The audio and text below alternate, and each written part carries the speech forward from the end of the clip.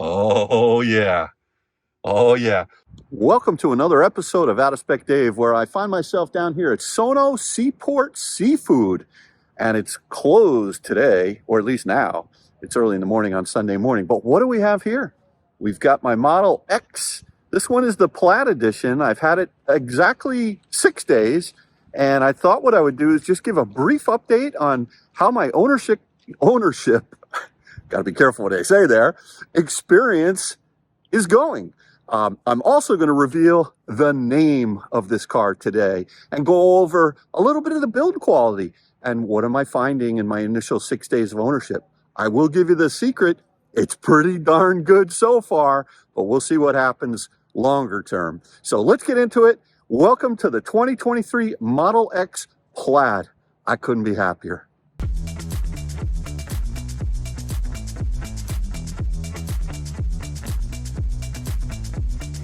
One of the things I wanted to talk a little bit about in this video, for those of you who know Tesla, we all name our cars. It's a little silly, but the last one that I had, the Model 3, was an exact copy of the one that I had before that, and I called it Xerox, just to kind of be funny.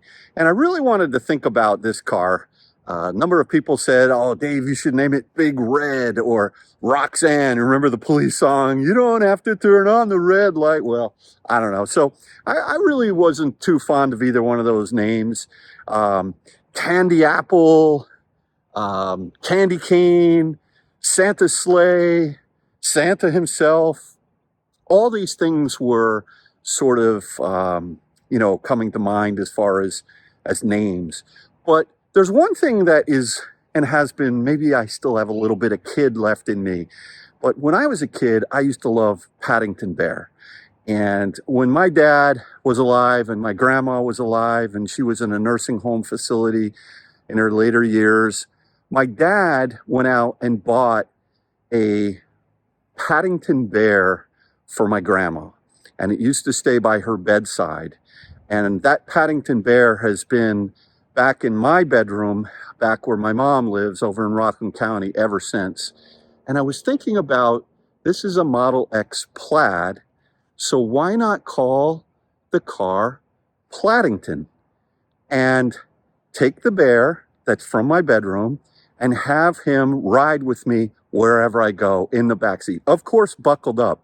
And that's exactly what I've done. So the name of this beautiful new red Tesla is Paddington, and I couldn't be happier with the name. It's very sentimental to me, and let me show you where Paddington Bear sits in the Paddington. So as you can see, as I come around, of course we have Miss Bailey in the backseat, but look, there's Paddington. And this bear is very special. He's not a new purchase. This is the exact bear that my dad bought for my grandma many years ago. We're probably going to modify him and put maybe a little plaid patch across his top hat right there. But this bear is going to ride with me wherever I go. And so will you, Bailey. Don't you worry. Don't you get upset about Paddington Bear. Oh, hey now. Oh, well, she's going to have to get used to it. That's the way it is. She's now got a brother. Yeah, so let's go over a little bit of the build quality. Many people, when they buy Teslas, they get very nitpicky around the seams and the alignment of the door panels and all of that.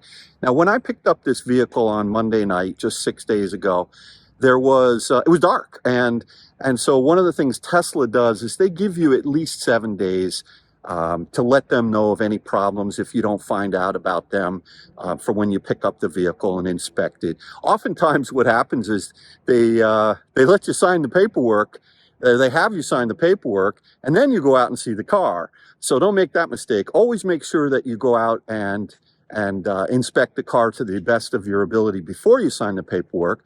I have the confidence that if there's something drastically wrong, number one, I have the warranty, and number two, Tesla will fix it. But you want to look for obvious things.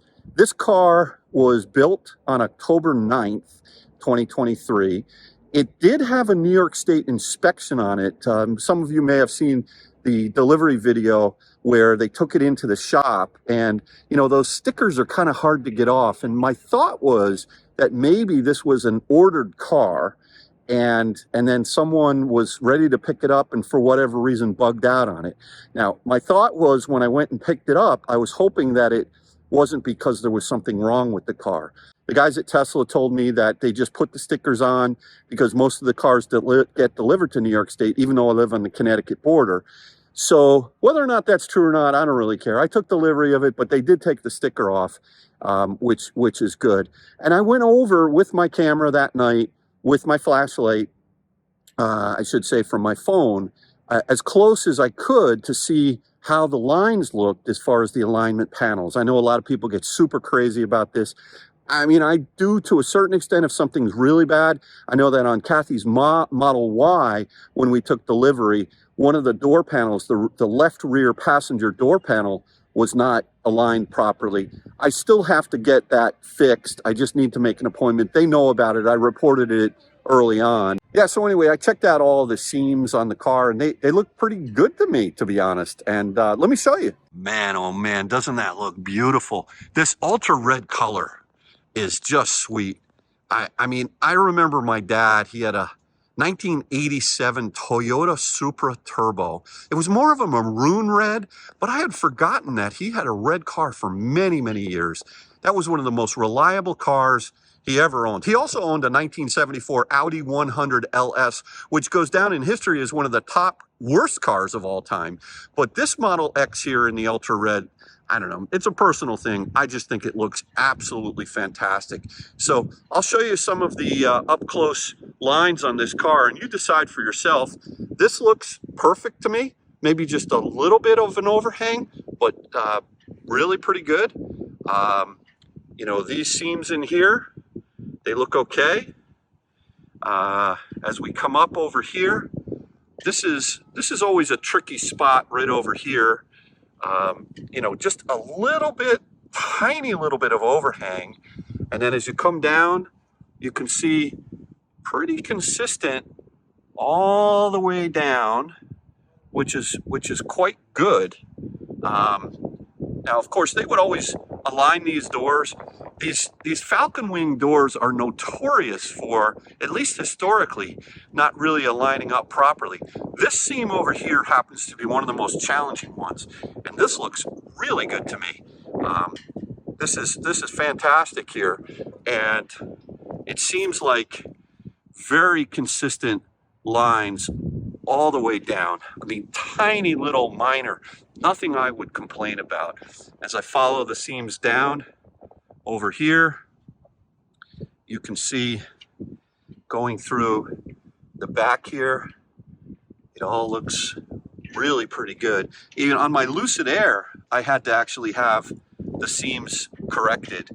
Now, this one here looks tight on this side compared to the gap right here. Let me check that out over on this side as well, because I think that is just a tighter gap. Yeah, it is. It's a little bit of a different thing because this is obviously the trunk lid that has a bit of a wider gap, but it's very consistent as I come up and follow that all the way up. You know, again here, this looks very good to me. Maybe just a tiny bit, but I mean, is there a little? Oh, that's the sunlight. I thought there was a little scratch there. It's not. It's just the sunlight glaring. Again, coming down, these seams look good. This build quality, at least for my take, I'm not really complaining about the build on this car.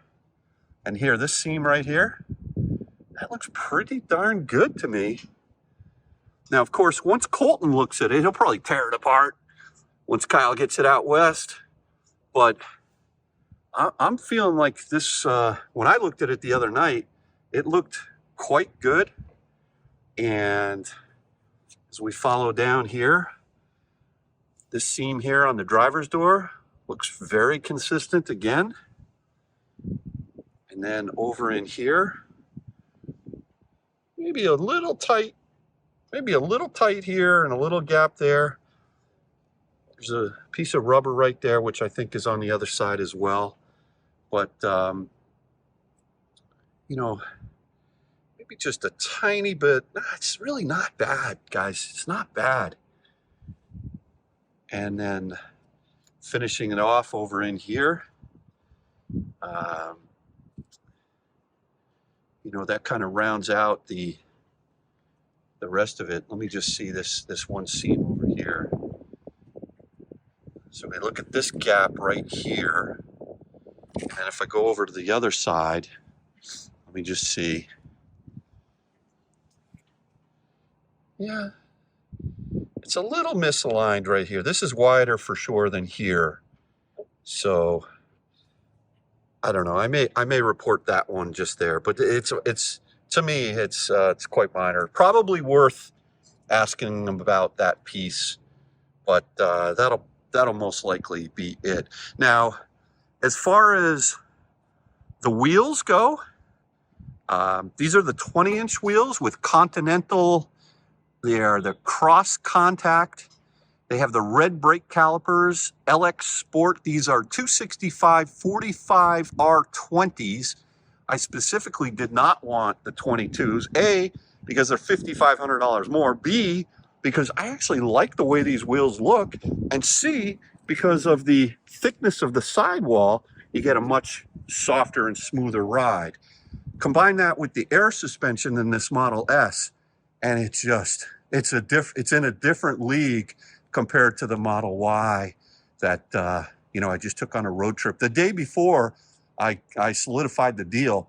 Now, by taking the 2023, one of the things that I definitely potentially forgave, as opposed to waiting for the base model 2024, was a front-mounted dash cam, which some people are saying is up in here now. Not dash cam, front-mounted camera, and then also ambient lighting in the side. I'm going to make a separate video, a little bit more about the economics of why I pulled the trigger on this deal. For those of you who have pointed out the fact that I lost the $7,500 tax credit on this car, you know, having the ability to qualify for a tax credit is a personal thing. Not everyone does. Not everyone can get it. Some people can. All these things go into my calculus and my decision, which is my personal business. But, you know, clearly, if you were able to qualify for the $7,500 tax credit, instead of this car costing $12,000 more than the base, it would have cost about, let's call it maybe $21,000 more. But that's I'm gonna do a separate video on why I pulled the trigger on this Plaid from an economic standpoint. But today, again, just as far as the build quality and initial impressions of any other issues that I see with the car, there is one small issue. Let me go inside and I'll talk about that. All right, so just an occasional bump when I'm hitting it. I'm hearing a little bit of a vibration up here in this I don't know what you call it. I guess this is the B pillar over here. It's not coming from back here. It's just coming from this arch, which is really an elongated A pillar. And I'm thinking it could be the way that the sun visor is vibrating in there. I may just put a little piece of Velcro right over here, but I'm going to actually report this, and you can't, it's a very minor thing. And that's the only thing that I've noticed that is really wrong with this car. And again, it is a very minor thing.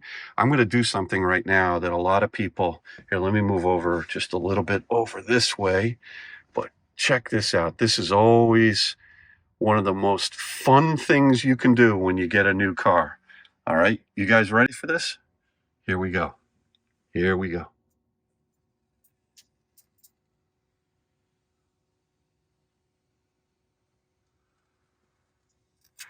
Oh, yeah. Oh, yeah. One of the things I thought this vehicle came with was a 110 charging cable, but it does not. I thought it was in this little case. But check this out. What's in the case here is actually the tow hitch itself. So pretty cool. Yeah, this car comes with a tow hitch, which will tow up to 5,000 pounds, which is great.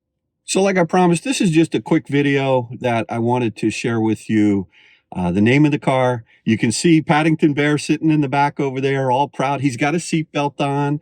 I've got Bailey right behind her. What's great about the six-seater that I did not anticipate was the fact that I can put her little house, her little cage, which is tethered down in with the straps that I've got a strap that I can actually secure her with, which is on the back of the two seats. So which are, this is a six-seater.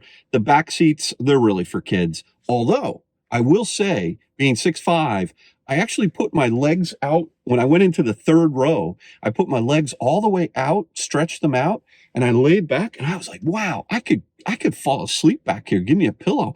It's actually more comfortable than sitting in the passenger seat. So we're going to have to see if maybe on a big road trip, maybe if I'm driving, maybe Kathy will hang out in the way back over there with Paddington. So anyway, I am super thrilled with this car. My initial driving impressions are, wow, it's super fast. I haven't launched it yet. I've been babying it. The funniest thing was the first day that I commuted to work in it, which was Tuesday. Again, it's Sunday now. I had the worst day of commuting, which is about 6.5 miles. It's a very quick commute. It took me 50 minutes to get to work that day.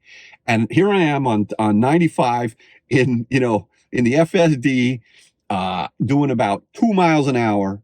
That was the peak. I think I went. I could have walked to work faster, which is pretty crazy. And here I am driving to work on the first day with this Model X Plaid that goes 0 to 60 in 2.5 seconds. And I'm like, I wonder if this is overkill for this commute. And then I said, nah, it's not. Anyway, everyone, thanks for watching another episode of Out of Spec. Lots more content to come. We've got Kathy's first drive coming up. We've got my economic analysis, and we've got a couple of little road trips we're going to be taking with this car to see how we like. The windshield is insane. It's almost worth the entire price of admission. The way that Lucid did their windshield in the Grand Touring was excellent. But the way that they implemented their sun visors was horrible. And also, just the seat, as far as how close my head was to that windshield in the Lucid, I felt claustrophobic. In this car, this just feels right to me in terms of size, in terms of just the amount of room that I have in the car. And it's not too big. Now, I'm going to be going to get groceries later today, and I've just used it a couple times to do some errands. It is big, but it's not too big. So I parked next to a Range Rover the other day. Now, full size, beautiful, brand new Range Rover, gorgeous. Thing was a lot bigger than this Model X. So everything becomes relevant, or, it takes time just to relative, I should say. It takes a little time to get used to it. And after 6 days of ownership, I'm used to this. I'm loving it. Anyway, thanks again for watching another episode of Out of Spec, Dave. We'll catch you on the next one. Take care now. Bye, Paddington.